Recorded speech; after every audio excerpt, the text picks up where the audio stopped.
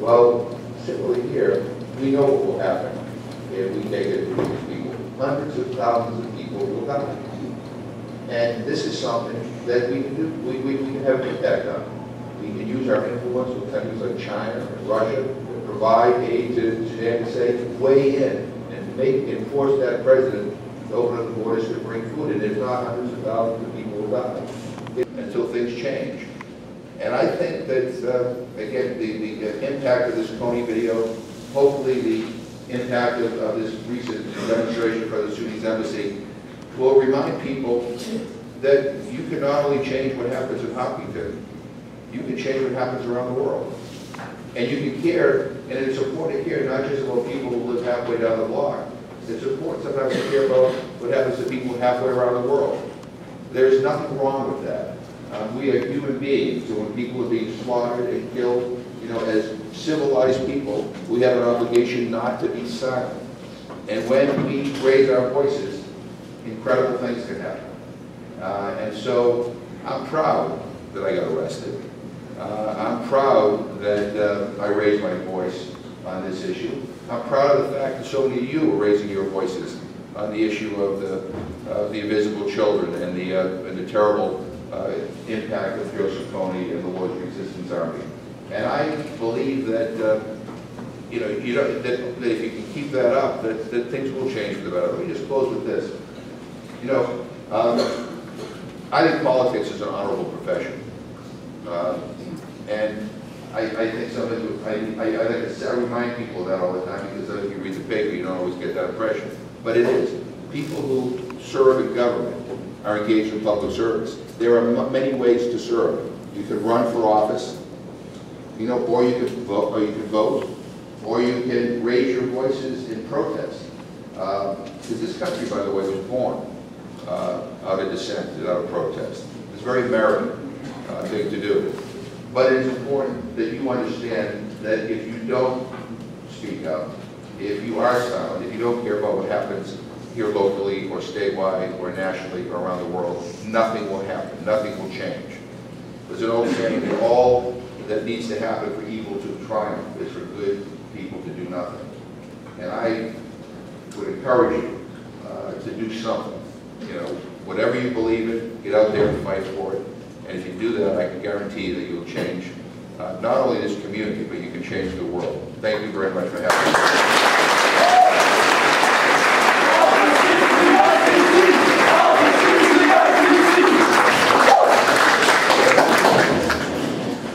I would like to personally thank Congressman McGovern, State Senator Stokox, and State Representative Dykeman for the message that they've given you to get involved. And our last speaker is a student. I know that a lot of people in our student body at Hopkins High School are already doing something to make a difference. And I would like to ask Leah Rosinski to come up and talk to you a little bit.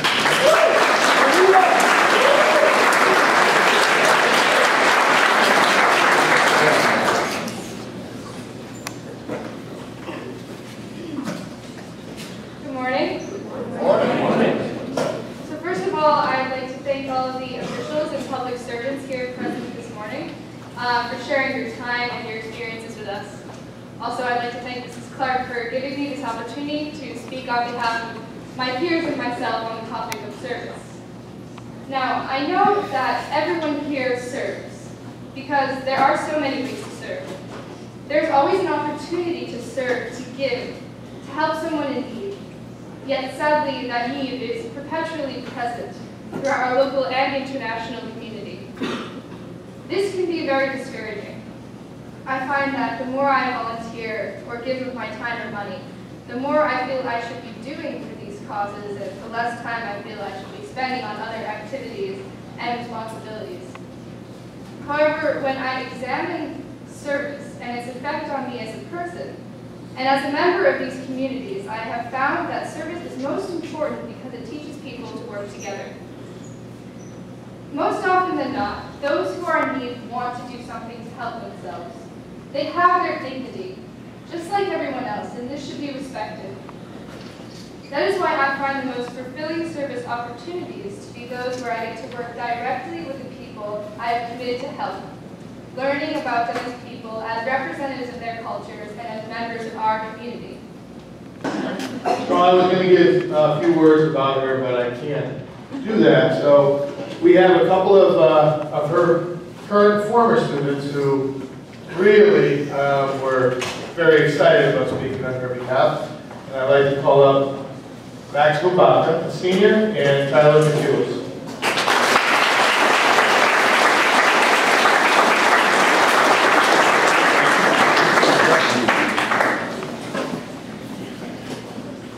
Hello everyone, my name is Tyler McHughes. And I'm Max Mbaka. We're here today to honor someone for whom I have nothing but the deepest respect and admiration, Mrs. Nancy J. Clark. We're also here to speak on behalf of all the students who have had the privilege of learning from such an extraordinary teacher.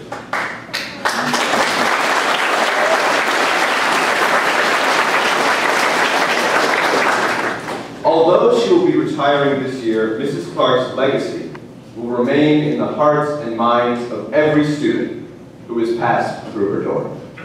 Our city upon a hill, working hard to accomplish all of my goals. Wait, how much time do we have? Until the red hand hits the 12, so finish your thought. All right, Mrs. Clark, we love you and we'll miss you. Thanks for everything.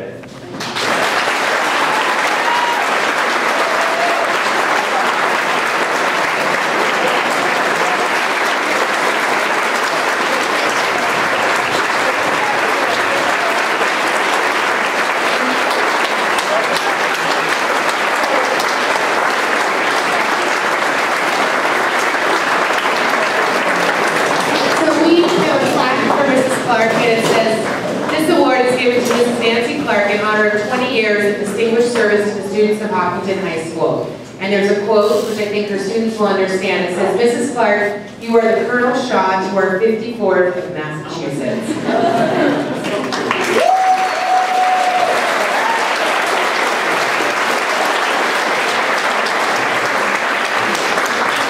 I won't say much, but I am very, very overwhelmed. I did tell Steve and Allison that I didn't want anything to be said about my last year, so here we go. But Max and Tyler and all of you that I've had in class, this is what teaching is all about. To me, I just thank you so much. Your enthusiasm and your knowledge and your wonderful presentation just made me cry. I'm pretty emotional, but thank you so much. I really appreciate it. I will totally miss talking in high school. I'm certainly not leaving because I don't love teaching. I love teaching, and I enjoy my students very, very much. Just at this point in my life, I'm ready to not quite so busy. So thank you again. Sorry, I sort of hope that we'd have 10 minutes to discuss some more government at the tables with the town officials, but I guess Mr. Simons and Max and Tyler took it up, but thank you.